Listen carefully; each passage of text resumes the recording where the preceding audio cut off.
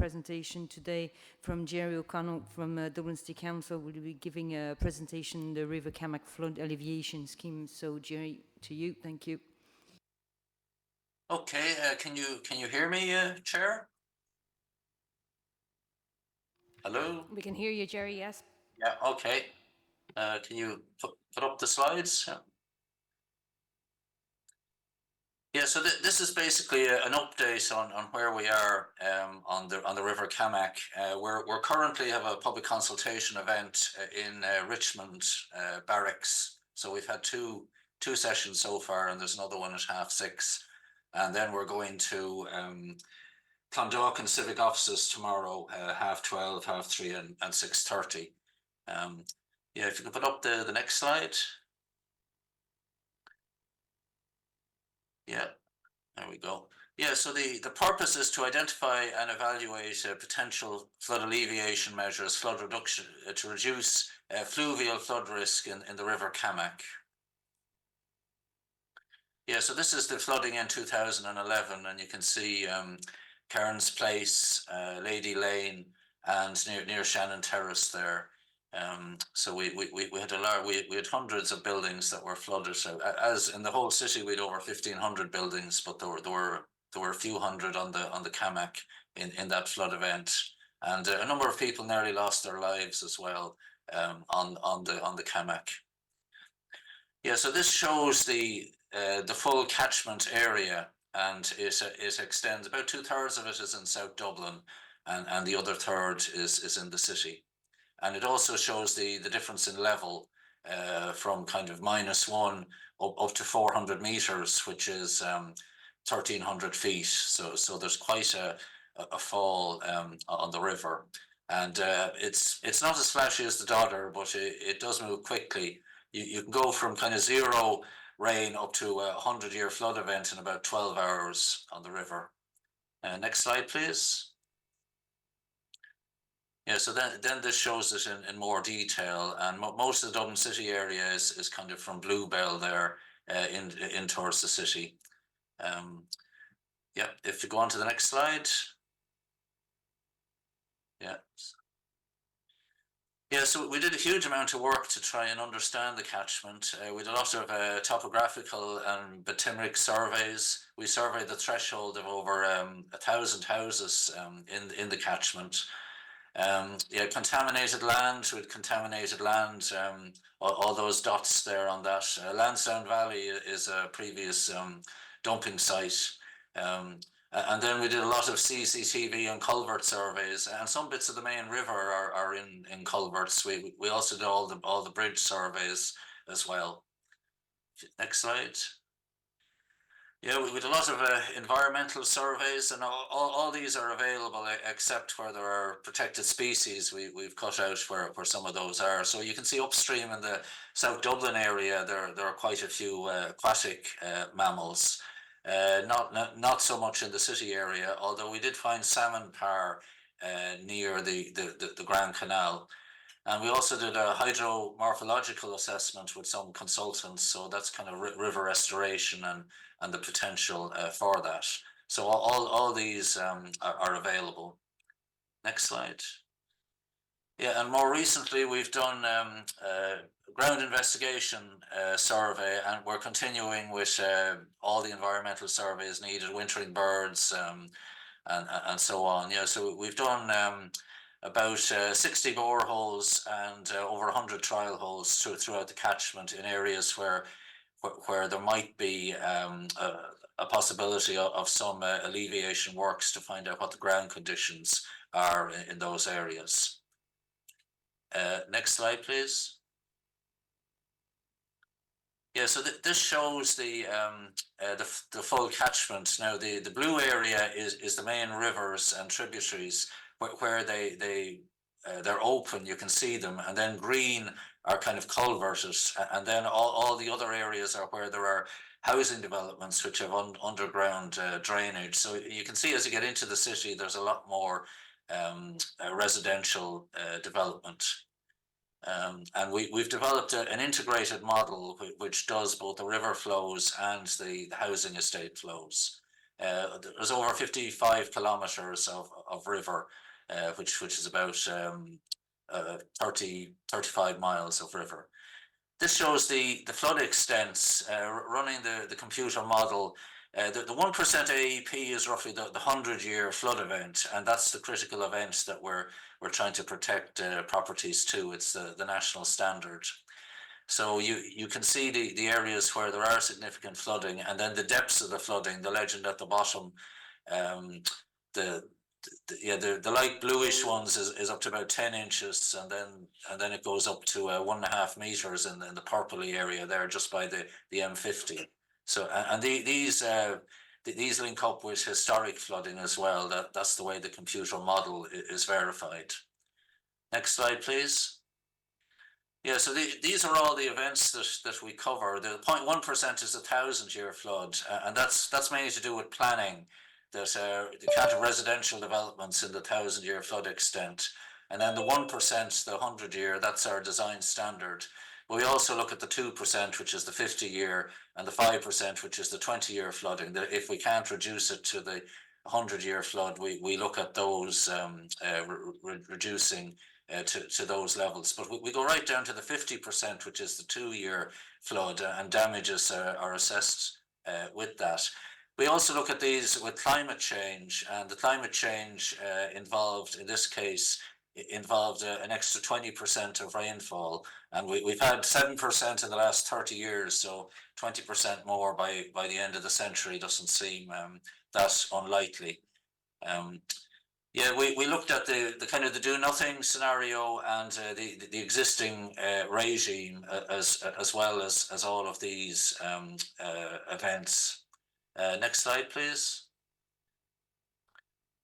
Yeah, so then this is a blow up of the catchment, the flooding in the 100-year, roughly the 100-year flood event. So all of that is in South Dublin. But as you can see, even areas that are right up at the top of the catchment, there are problems. Next slide, and the last slide. That's the middle one. So all of this is in the Dublin City Council area, and you can see Bluebell there in the middle, and then along Emmett Road and further down Kilmainham in the city. So that's just a blow up in the Dublin City area, really, mainly the Dublin City area of all the flood events. But the whole lot is linked together. If you put storage in South Dublin, it helps everything downstream of it. So you have to consider all of these in a total context. Next slide, please. Yeah, this is all the buildings and commercial developments within the area.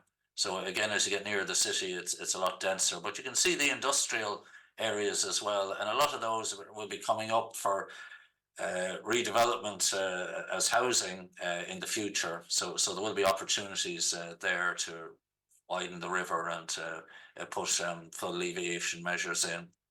Next slide, please. Yeah, so these are the numbers of properties that we found were at risk of flooding, both fluvial is intense rain, and fluvial is from the river. We didn't find anything much in the tidal area, which just goes up to Bow Bridge.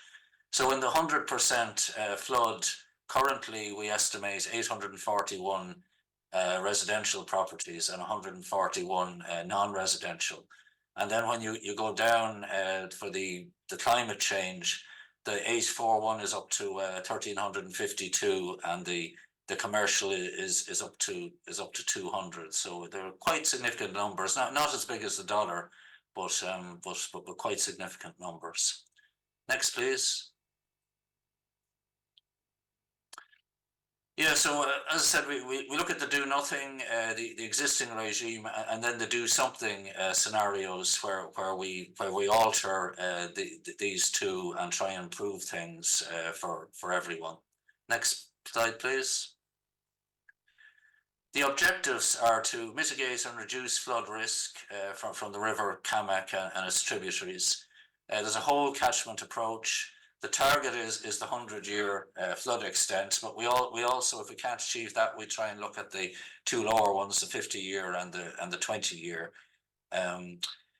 basically when we're evaluating them, first we work out the damages, and then we work out the cost of constructing something.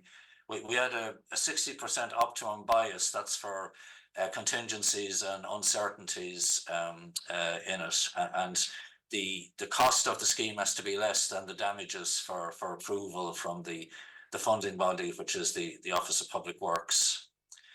We also have to ensure that any scheme we put in doesn't cause flooding elsewhere, and we try and select an option that is best for the potential impacts, the risks, benefits to people, infrastructure.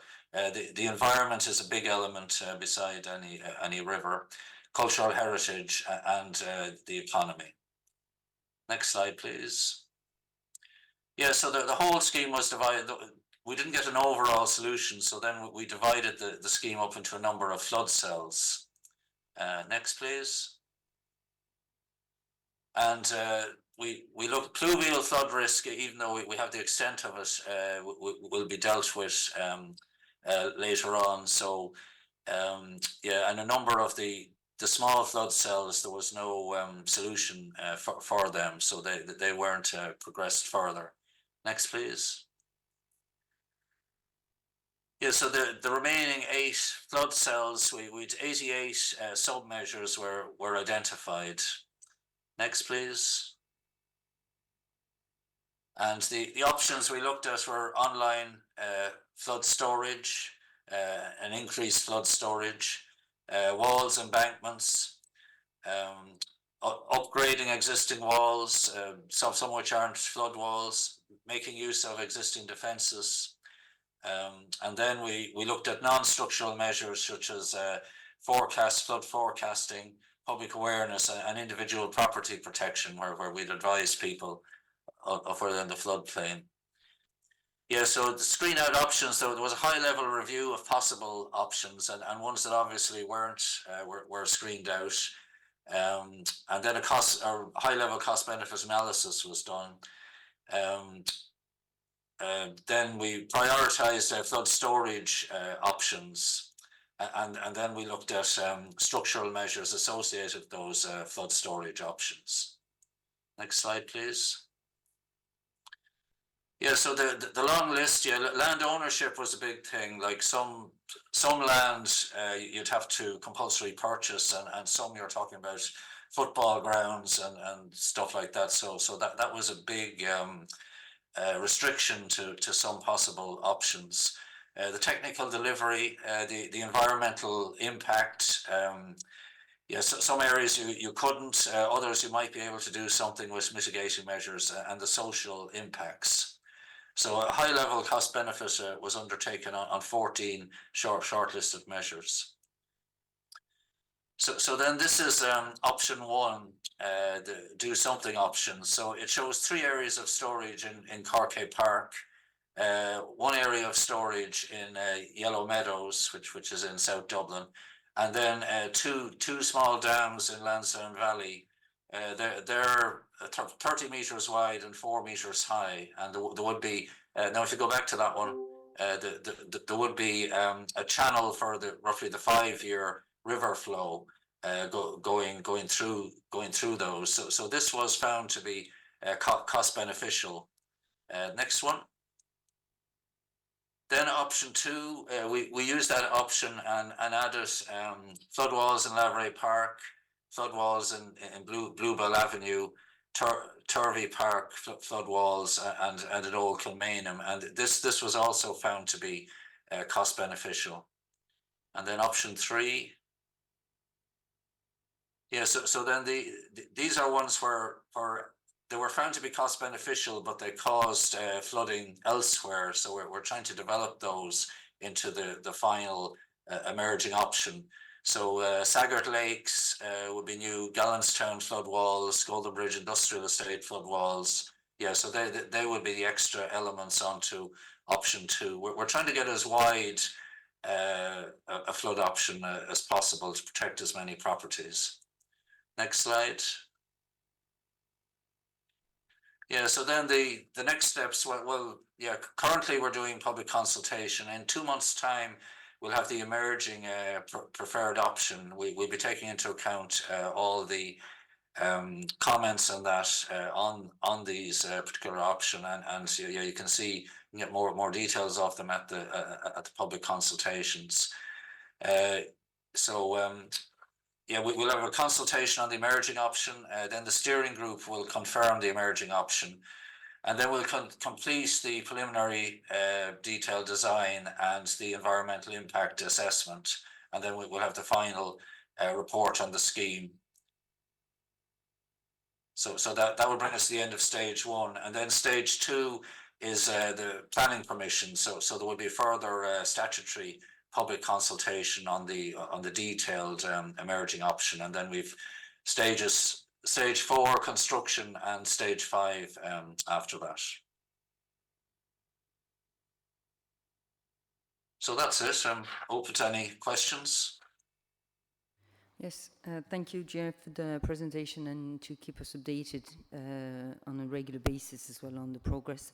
So we'll go to questions. We'll start online now with the Councillor Moriarty, please. Thanks, Jerry. Thanks very much for the overview there. I suppose two quick ones. Well, they're not quick ones, they're actually very big ones.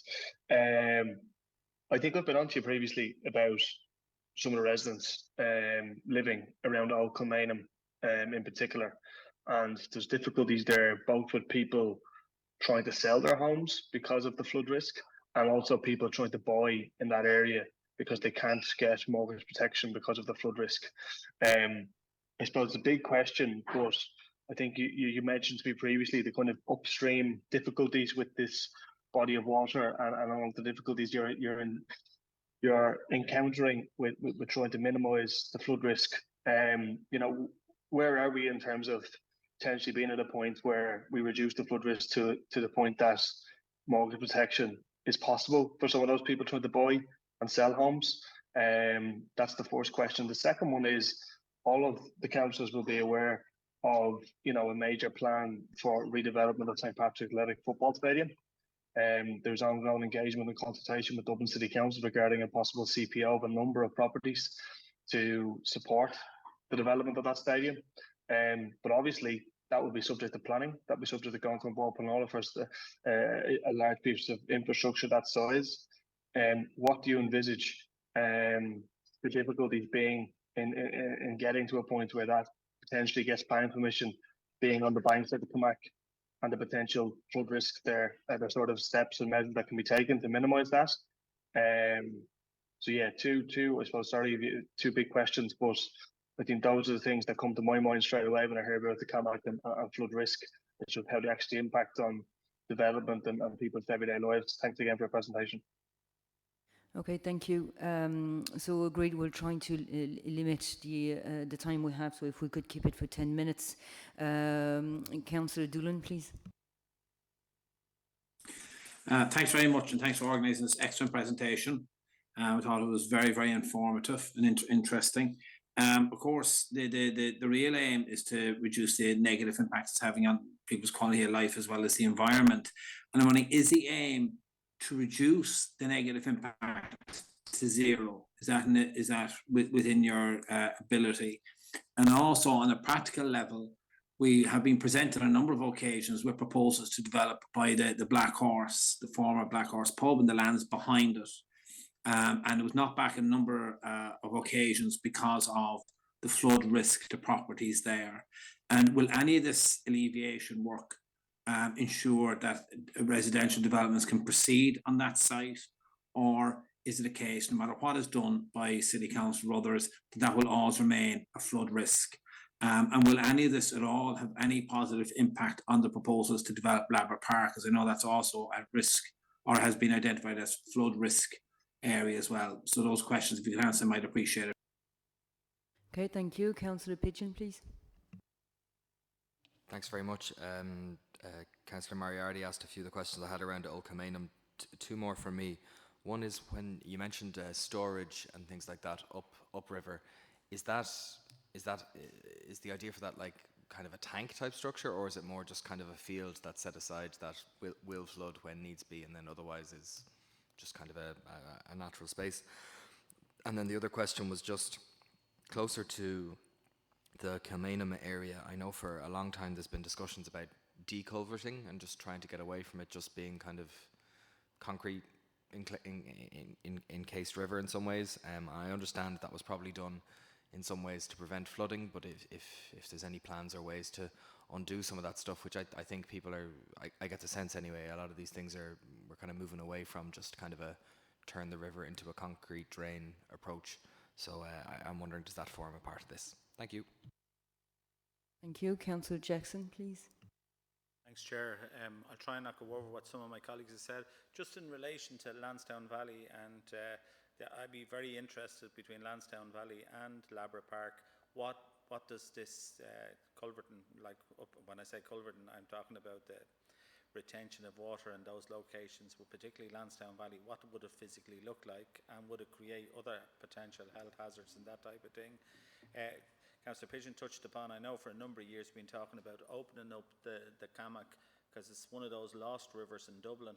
But who is responsible for the maintenance and the management of the Camac? Because I know over the years when there was some flooding up towards Bluebell, a lot of it was an accumulation of waste that the water basically couldn't escape, and when we used to get gas cylinders for free, I remember many years ago, there was 30 or 40 gas cylinders under a road in the culvert and that type of thing. So obviously the maintenance and the management of it is a critical importance.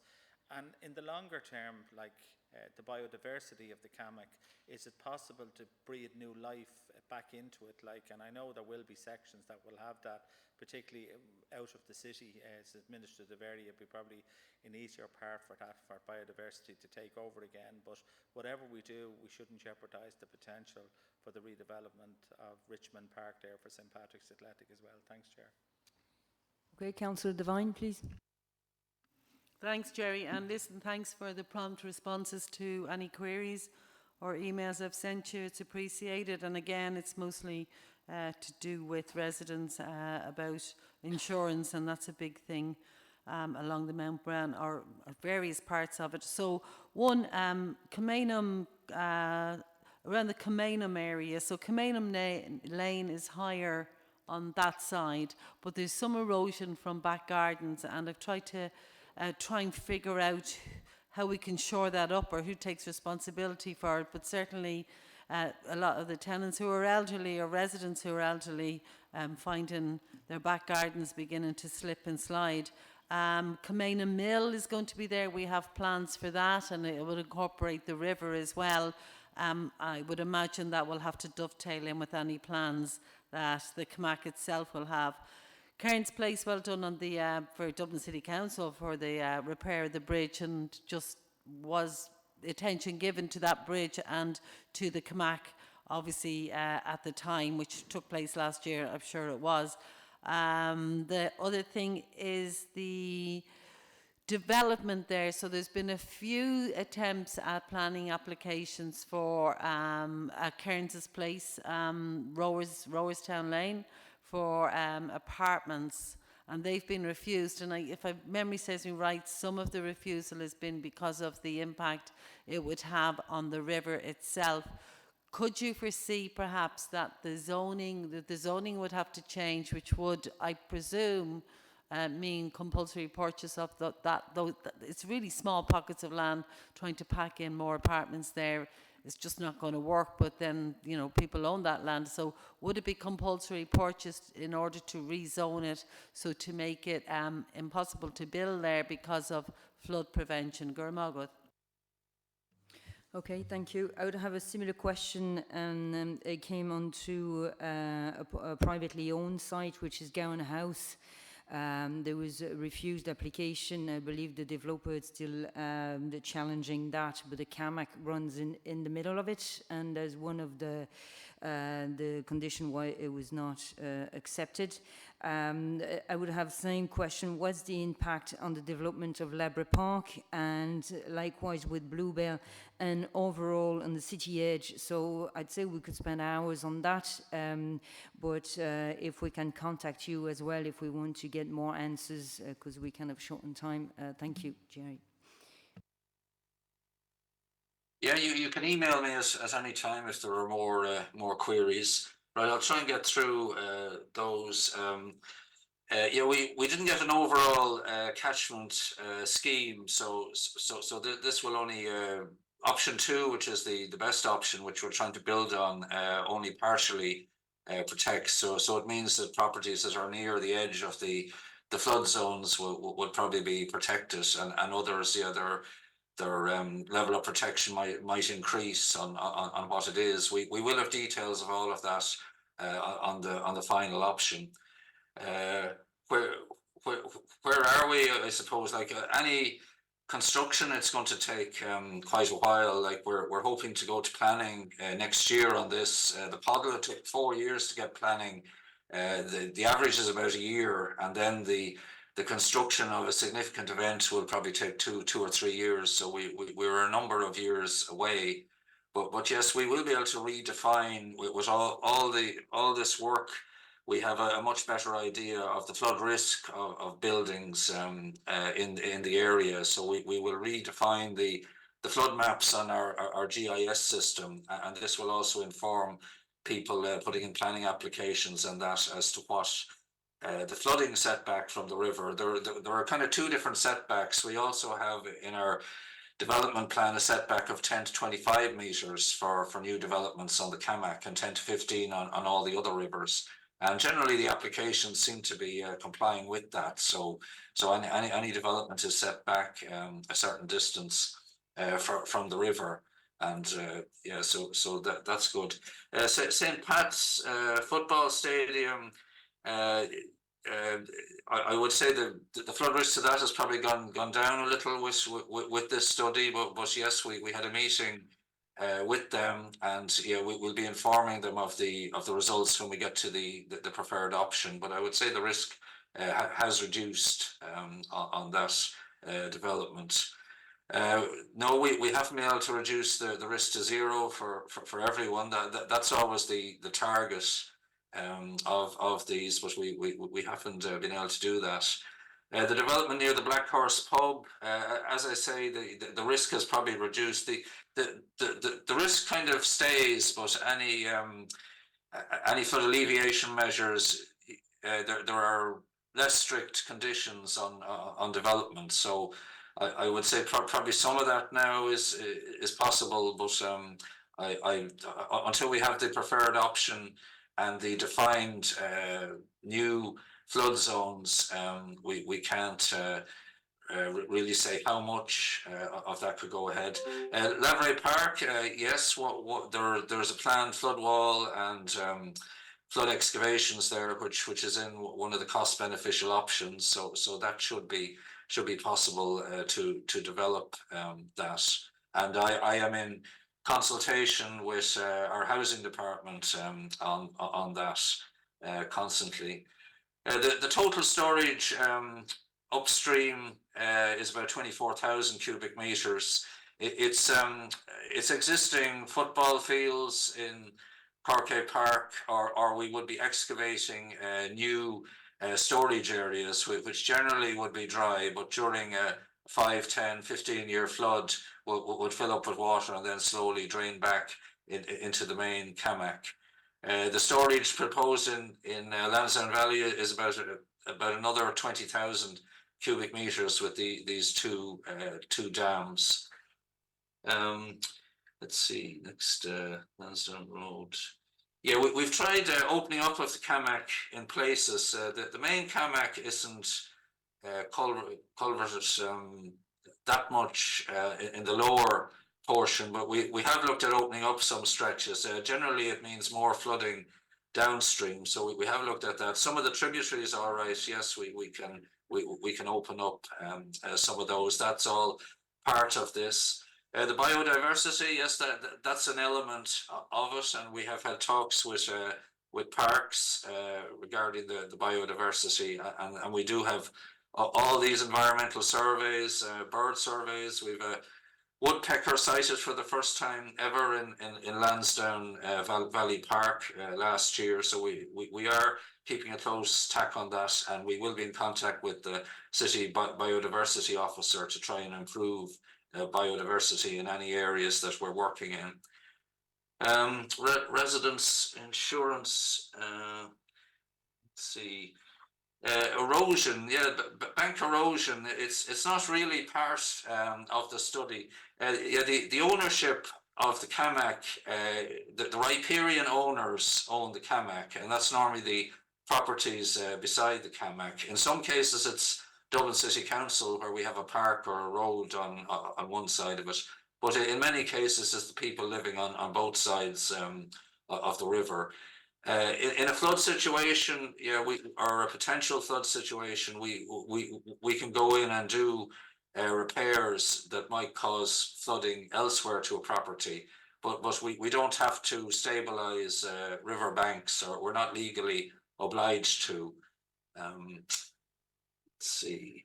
The Cairns Place, yeah, that repair, they consulted with me on that, and also the Golden Bridge. We're hoping to take away some of the concrete wall there, so as people can see the river at Golden Bridge. Yeah, there are a number. The City Edge project. We had somebody along this morning from the City Edge project, and we're updating them on developments. They have plans for quite large storage areas, but it's a 40-year project, so it'll take quite a while. But yes, we are incorporating all of these into the kind of the future plan to have a look at it. Yeah, there are many areas where the culverted river or tributaries run through various developments, and we are trying to open them up and have setbacks from them. I think that's all the main questions. Okay, thank you. Sorry, any flood insurances that people want, we give letters of flooding comfort, so we can assess the current flood risk for anyone if they email myself. Okay, thank you. Okay, we're closing on this item. So thank you, Jerry, for the presentation. Can we maybe ask later to circulate Jerry's email? Maybe, if we get. Thank you. Okay, thanks, Jerry, for the presentation. The website for the project is CAMAC FAS, Camac Flood Alleviation Scheme, www.camac